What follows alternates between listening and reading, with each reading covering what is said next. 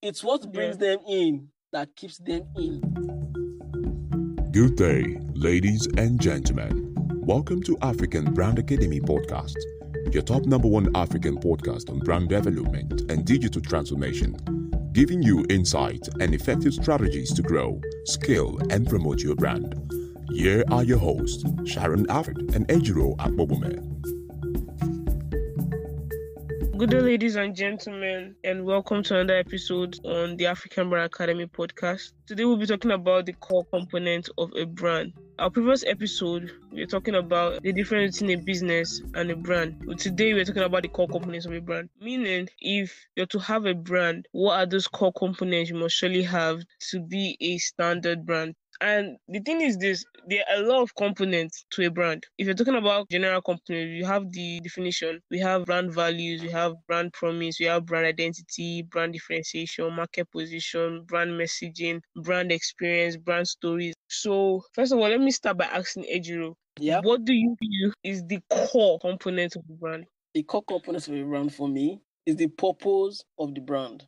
Okay. Yeah, because for every brand, my disposition for creating my arguments and working with organizations and entrepreneurs. The first thing I often ask them is, why did you start at all? Okay. Yeah, if I'm able to get the purpose, that's a core for me. Everything spawns out from there. Okay. Yeah. Okay. So like everything spawns out from the purpose. Yeah, from the why. Yeah, because when you know why, you know what values you stand by, you know the promise you're trying to give. Exactly. Real story though, I had to go meet a client today after church. I wasn't even feeling too well. He's doing a restructuring. So I had set questions that I needed answered because we're supposed to do the branding this week. You understand what I'm saying? So I had set questions. But it's funny how when I ask some clients, when I ask a client the particular question, they'll be like, what am I asking this question for? Like I was asking him his ideal customer. He was like, ideal customer, anybody that can enter this place and buy something right now. You understand what I'm saying? But then, as a brand developer, you just like have to put your ear down and listen to what they actually want, then almost answer those questions yourself. Yeah, very important. It's very important. I had like 20 questions set down, but then I had to turn the whole question into a conversation to understand what he wants from this brand. At the end of the day, it was actually surrounding the purpose of this. Why are you doing what you're doing? Where do you see yourself? Why did you start at all? The story behind it, stuff like that. And then from there now, that is mostly what I got. And from there, I'm now drawing the juice out to answer the remaining questions. I am for brand purpose as a core component. Because that is really the starting point. Why are you doing what you're doing? What message are you trying to pass across? Why does everybody need to understand this message or know these messages? Which is very good. Okay, so moving on, let's throw a bit of light on the purpose. Because even if you take it to us as humans, you know, motivational speakers and even pastors and people will tell you that if you've not found out your purpose, you're living like a life of like, how would I put it? Like an entity life. You just like, you're not fighting for anything. You're not like waking. There's no like real reason why you're jumping out of your bed in the morning and going to work and doing stuff like that if you don't have a life purpose. So it's almost the same thing with the brand. You will go back and forth as a brand if there's no laid down purpose of what you're trying to fight for. Yeah, I get it. In our earlier episode, we established the fact that a brand is a person. Yeah. And a brand being a person, that means you have to have the capacity to live up to something. Now, in my time of experience working with people and organizations, I got a point where I discovered that so many organizations, so many businesses just start because they don't have anything they are doing, not because they actually want to meet a need. Yes. This is what I say to most people that actually intend having a brand. I tell them, if you are looking at building a brand, then you have to be looking out for meeting a need. Yes. So if you want to meet a need, the next thing you should consider is, why do I have to be the one to meet this need? Out of the millions of people in the world, why do I have to be the one to choose myself? Not like I'm choosing to choose myself to meet this need. So if you think of that, you cannot break down your purpose into 4 places. I call it a quadrant anyways, into a quadrant that can help you wrap your purpose into a specific form that is easy to sell as a brand message, which is another component of a brand. Now, the first form is going to talk about your vision. The second one is the mission. The third one has to do with your values. Then the fourth one are your objectives. All right. Now, in the part of the vision, most entrepreneurs or business people I've met, they tend to mix up vision with mission. And they just put the whole thing together. And in the long run, they end up not having a vision, neither are they having a mission. They're just running the business. They just have a statement. Yeah. So for vision, most times I tell them, set an unrealistic goal. Let's assume Apple just say their mission is to make sure that every single person in the world is using their Apple gadget. Mm-hmm.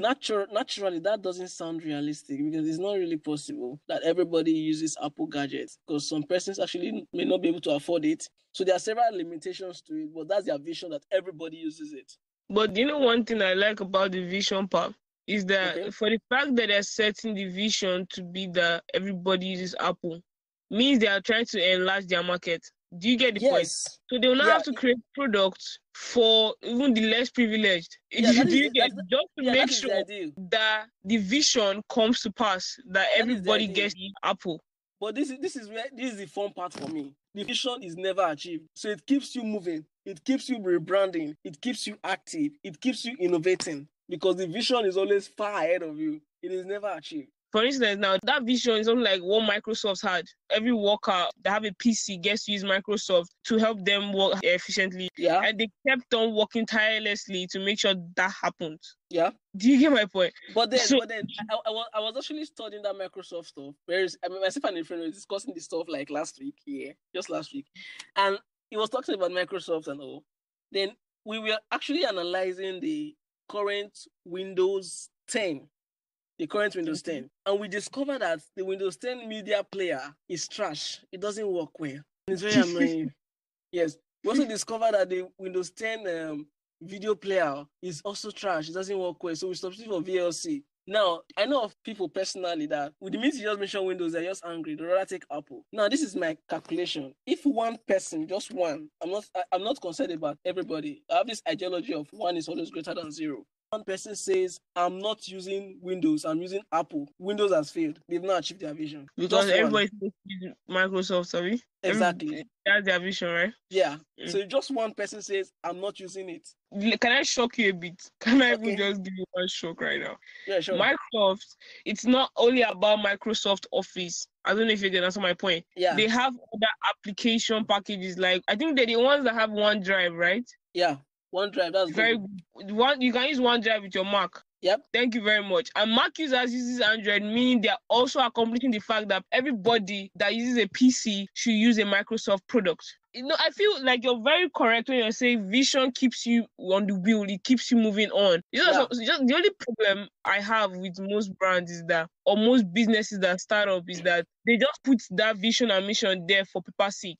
It doesn't really drive them. He don't want to wake up to make sure that vision is being, they just say that, okay, someone asks me what my mission or vision is, and they just talk about it, and then that is it. I'm not insulting, or I'm not trying to stereotype Nigerians and stuff like that. I come from Nigeria. I grew up in Nigerians. I get to see the way people think and talk.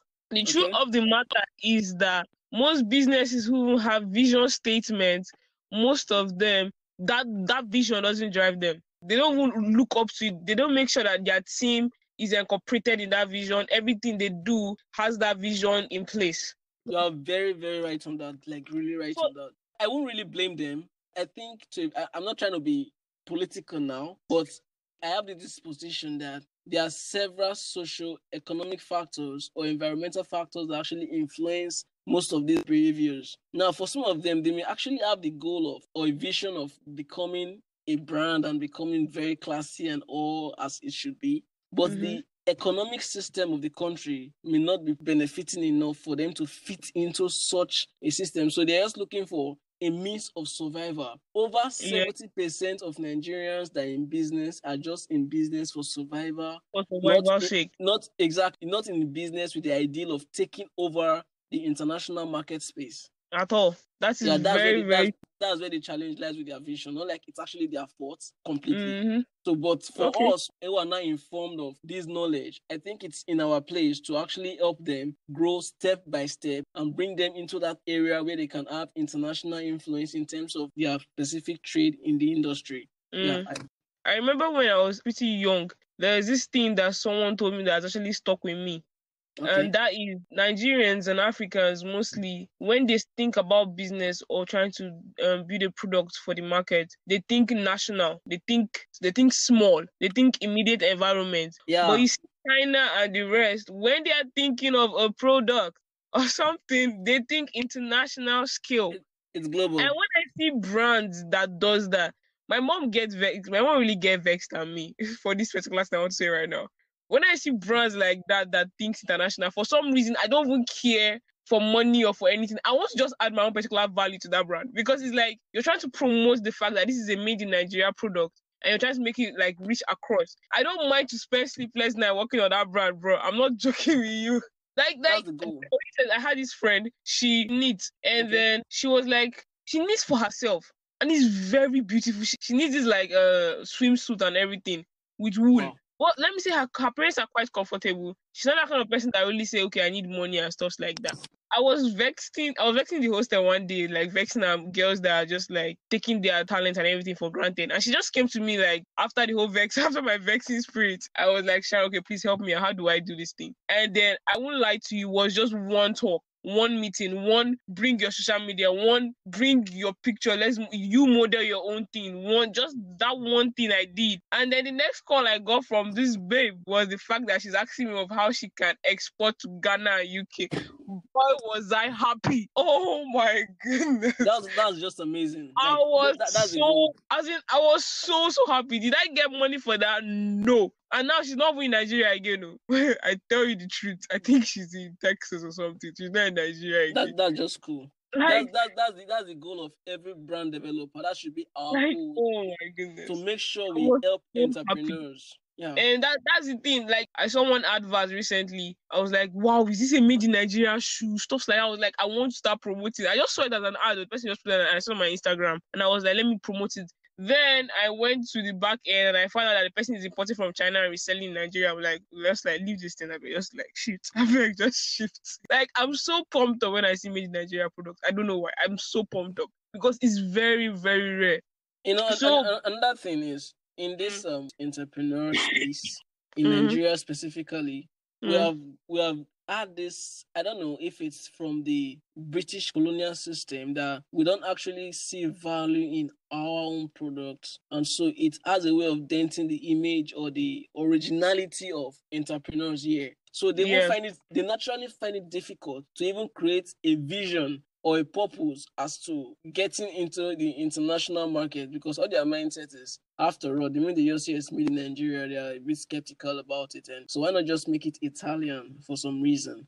I was trying to visit a particular store, and I met this guy who actually brings shoes from Onitsha, Nigeria, Onitsha. And this guy brings his shoes. He makes the shoes. Nice. But when I see what is in the shoe, like a label, I see made in Italy. I'm like, hello, you made this shoe. I know you made it. So why do you put made in Italy? He said that's the only way it's going to sell. Because they don't trust our product to be of this kind of quality. And I was like, but you know you're killing yourself like this. And he was like, I don't have a choice. He's killing himself big time. Because just imagine you're me casual putting made in UK or something. Exactly. He said he doesn't have a choice. And I would not blame him. No. Yeah, I just have to enlighten him and realign his vision and purpose into why is he making shoes. And he was able to come up with something. And he's trying to get back to the made in Nigeria ideal and bring up that quality and standard markets. Because the more that happens, the more people get to want to even wear made in Nigeria. Yeah, there are quality stuff here. Quality stuff. Oh my goodness. Quality stuff. I personally know a handful. Another thing, like we've divided a bit, but like going back to the fact of mission and vision. Even when I started as a developer, it was hard for me to explain it to my clients for them to understand what I need from them, information I need from them, what a vision is and what a mission is. Okay. So I have my own like opinion and everything, but I want to hear yours on what's the difference in a vision and a mission. Okay. I'll just try and make it very simple as possible so that every single listener can actually get what we're saying. A vision is an ideal. The mission is the real. Now, when I say ideal and real, a vision is what is supposed to be the standard. Why the mission is what is currently going on. Think of your mission like your working capital.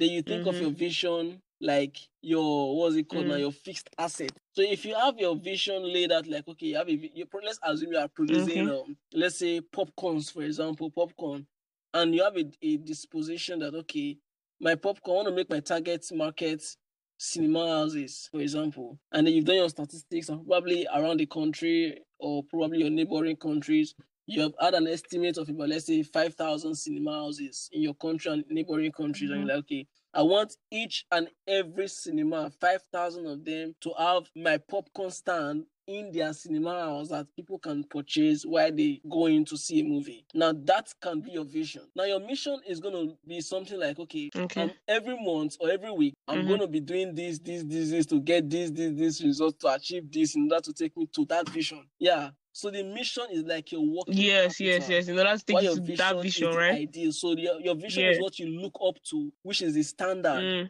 Exactly. Your is what keeps you going, where you want to be, is like futuristic. Think of your mission like your micro goals, your little goals you achieve in bits. It's just like telling yourself, okay, I want to be a BSc holder. Yeah. That is your vision.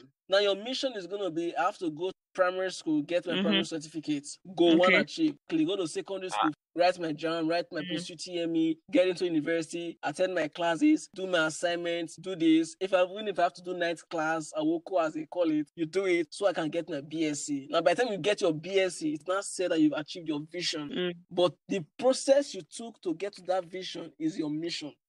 So that's just the slight difference. Yeah. Okay. Then this is the point where you now think of the value you are bringing to the table, the discipline, the core things that makes you. The discipline. Yeah, because one important thing I've observed is so many entrepreneurs are just trying to copy each other and originality is just lost. So in the end of the day, you're already losing your value. So if you already know why you're actually doing a particular business or a particular skill or a particular trade, the values is going to come to the point where you want to tell the world that this particular thing I'm doing represents this. This is what I'm doing. Just take, for example, you tell yourself, okay, I want to start selling food. But the way I want to sell my food, I want to sell my food in clay pots, not ceramic plates. So it's going to be pure native, traditional. So the core value is hygienic, traditional. Yeah, that's where your value is not coming. So when anybody is... that's what you stand by. Anybody can locate you in the industry. Let's assume I wake up one morning and I feel like eating something really traditional. You'll be the only person in my mind to go to. I would not have conflict because your values are clear and precise.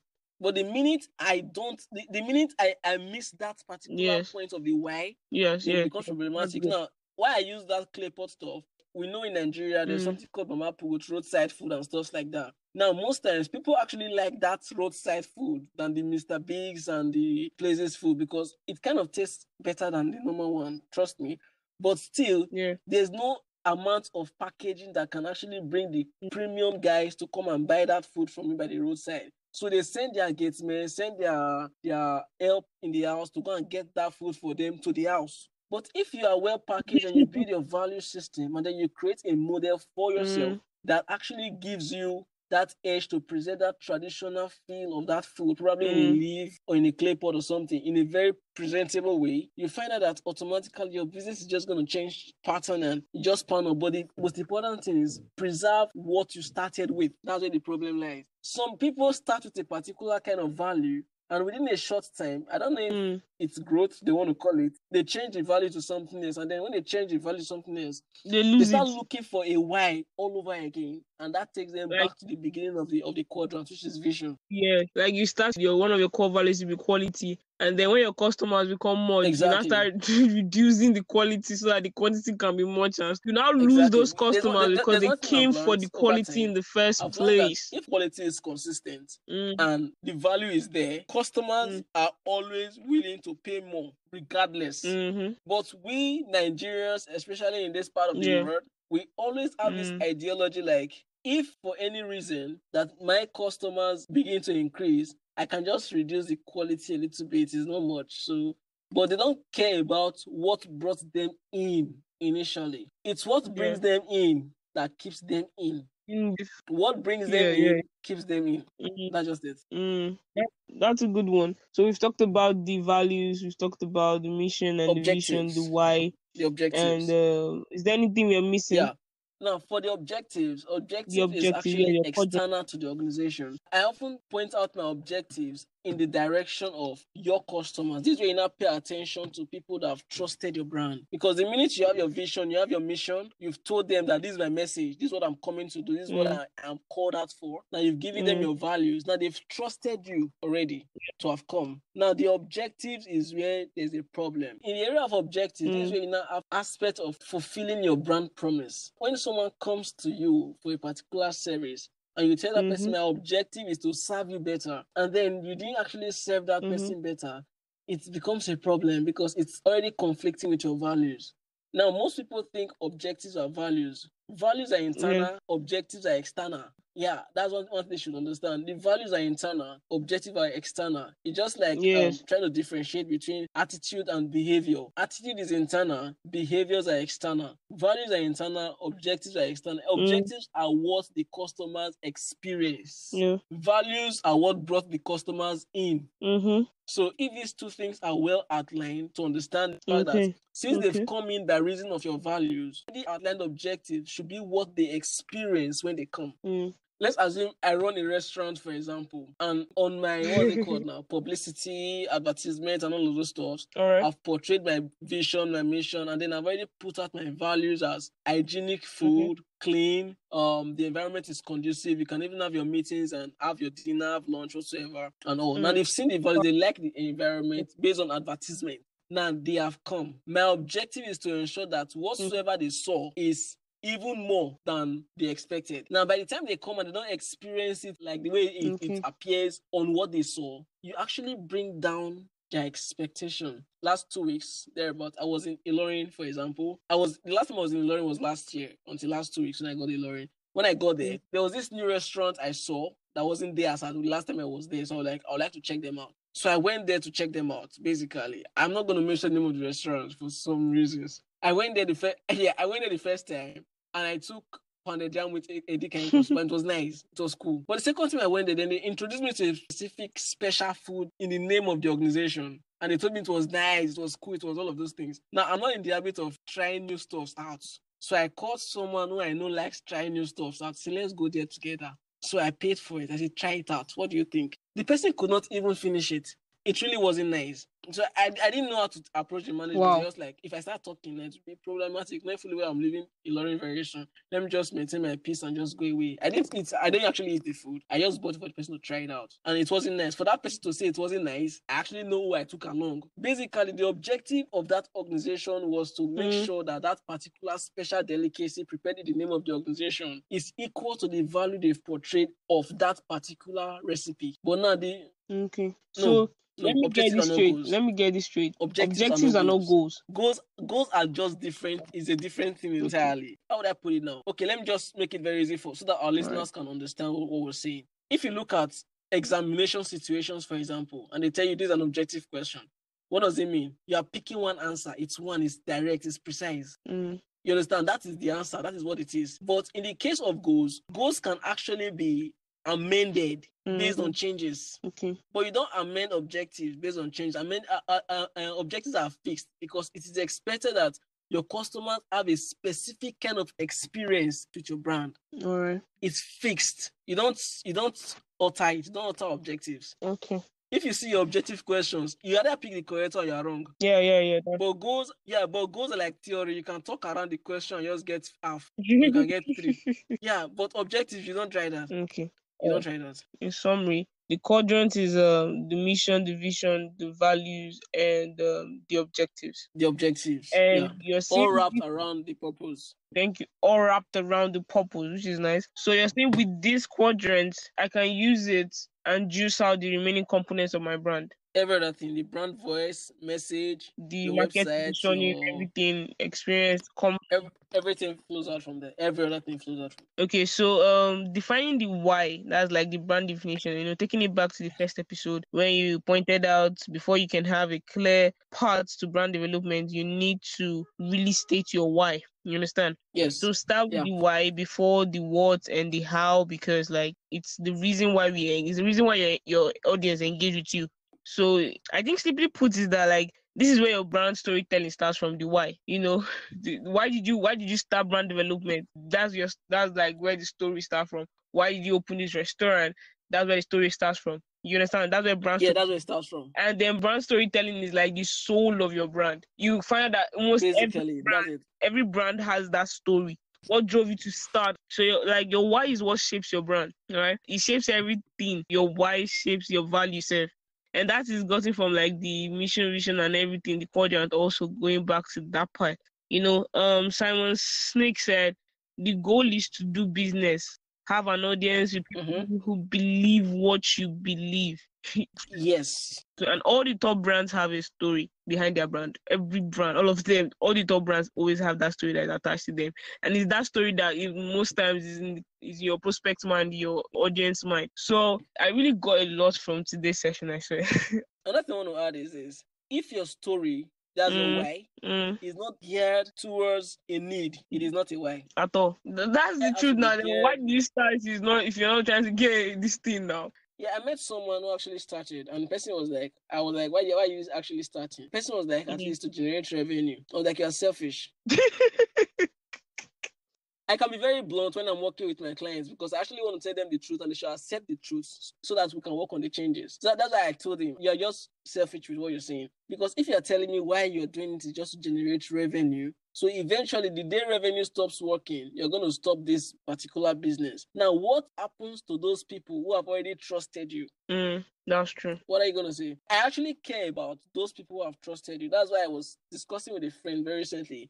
And I was telling him something. I was like, you must understand now that people actually want to communicate with people. People don't want to communicate with robots. So you must not make your business a robotic business. Make it a human business. Yes, the human touch. Yeah, it has to be a human business, not a robotic business. It's only a robot that will just wake up one and just fail. And everybody's like, okay, so it was a robot. They just forget about it. But being a human, it's not going to leave their mind. It's going to be their subconscious. For businesses out there and for brands or people who want to become personal brands or whatever, when you walk around these 4 quadrants, right, when you've understood these 4 quadrants well, it is easier for you to explain yourself to your designer to get your identity. Do you understand? Yeah. It is easier for you to explain it to your marketing guy, your sales guy, to get the sales, even the sales script and everything.